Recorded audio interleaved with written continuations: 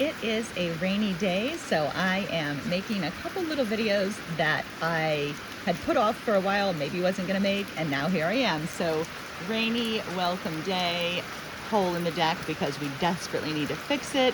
Probably because it gets rained on like this, it needs repair. But little new leafed mulberry trees, the oaks are all laden with pollen and new leaves, and I just really do love this time of year, even though it's been hot. So I want to make a brief video with a tiny little flip through of my March handbook, because I sort of showed these before. This is for the Tiamat Ostara month, and so I have my card in there and the Colors Story Goddess Oracle card. These we send out in Magic Mail exclusively to our Goddess Magic Mystery School members who are at the Magic Mail level, get the Colors Story Goddess Oracle cards for this year. So that's really exciting. Someday these will become a real deck. It's very expensive to make a deck. It's so expensive to make a deck. I cannot believe sometimes how much cheaper it is to publish books than it is to publish decks. And so I'm not sure when, but it is definitely, I've had various dreams and ideas that I've let go of. And, there's a season and everything ebbs and flows. And sometimes things that seem like good ideas become not good ideas. But this Story Goddess Oracle is definitely one that I'm committed to seeing all the way through and bringing all the way into being. I think it's been an idea. It's been an idea since, it's gone through several versions. First we were going to do it photographs, and it needs to happen. I want it to happen. It's going to happen. It is going to happen. Okay, so that was a long side note about that. And these handbooks I'm making for every month, and they have weekly themes, they have ritual ideas, and then I just sew them together into a simple cover with, I use the same 3-hole booklet stitch pretty much on every single one of my books that I sew myself. And it's super simple. I have a tutorial on YouTube, but you can also do it. I use bookbinding linen, but you can use embroidery thread, you can use dental floss, etc. So the books have all this stuff in them to help kind of hold and shape. You'll see a couple corrections because this is my own personal proof copy before I gave it to everybody else. And essentially they can be printed out in multiple sizes. One of my visions for this is an awesome freebie from Katie Lipscomb, who does fantasy art, and she did a collab on Patreon with a D&D campaign creator to make these fruit dragons. So that, if you can see, is a pomegranate dragon. Is that not the best thing ever? And so I printed out her free campaign kit.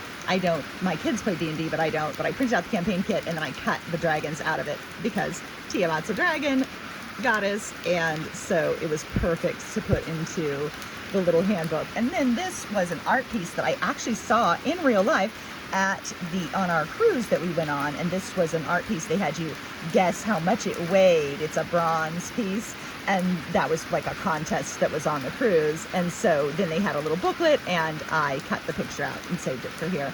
And then some free cards that came in the mail with advice from a garden and advice from a butterfly, because that felt out. So basically I'm treating these, they're not, they're kind of like a very miniature, very simple art journal type of companion. And like I said, they've got an invocation, they've got a prayer, they've got kind of a summary of our herbal allies and a monthly overview, seasonal wisdom, etc. And then, as I was saying before, I got distracted by the pomegranate dragon. They are designed so that I kept it really simple. In the past, I've done much more complicated with little graphics and kind of cuter. This is a Word document. This is literally a Word document. I do put the card at the beginning, but it's just a Word document. And then it can be printed out booklet format like this, so that you can just fold it into a little booklet. or you can print it out as full-size pages and keep it in a binder. When I started doing the Book of Magic Days format this year, I envisioned people might want to just have a binder, a Book of Magic Days binder. And so a lot of what I'm giving people this year on the Goddess Magic Mystery School can be printed out as just full-size sheets, hole punched, and kept into a binder so that you have this evolving Book of Magic Days that goes through the whole, that ends up going through the whole year. So I've been having a lot of fun with these. I don't know that I'm going to continue doing it this year because I've made a commitment. I don't know what format I'll use next year. Last year I did all the little mini cards was my approach. This year I've been doing the handbooks. I've done guidebooks before.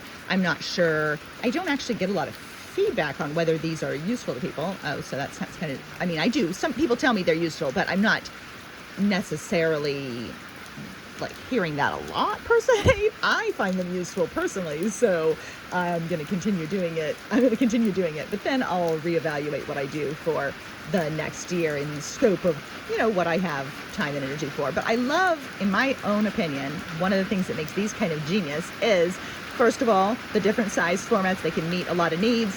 You can just print out the pages that you want. If you just want to do the ritual, you can just print out the ritual.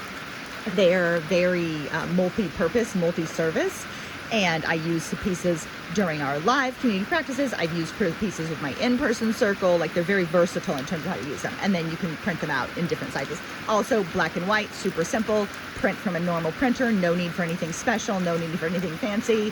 No need to go to Staples. Just print from a regular printer.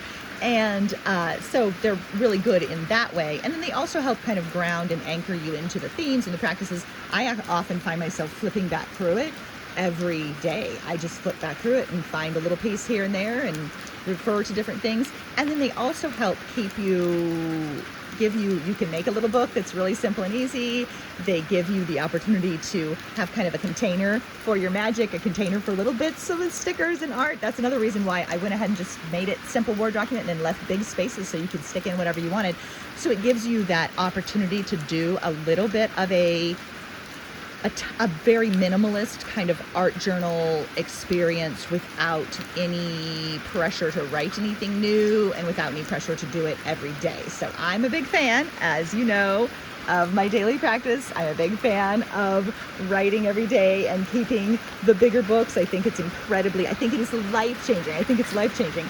And I also respect that not everybody wants to do something every single day, at least that involves writing. And so this can just be a little way to check in and reroute yourself, reground yourself, recenter yourself into the magic of this month, this season, etc. So I'm not even sure if you can be able to hear me because this rain is really loud. So I'm going to go ahead and I'll let you go now. But thank you for watching.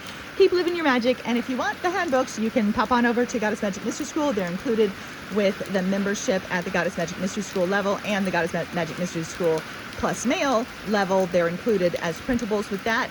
And the mail includes the cards. And then if you don't want to actually be a full-fledged member of the community, you can also just buy the handbook as a PDF file from the Patreon post. So anyway, thanks for watching. Keep living your magic, everybody. Bye-bye.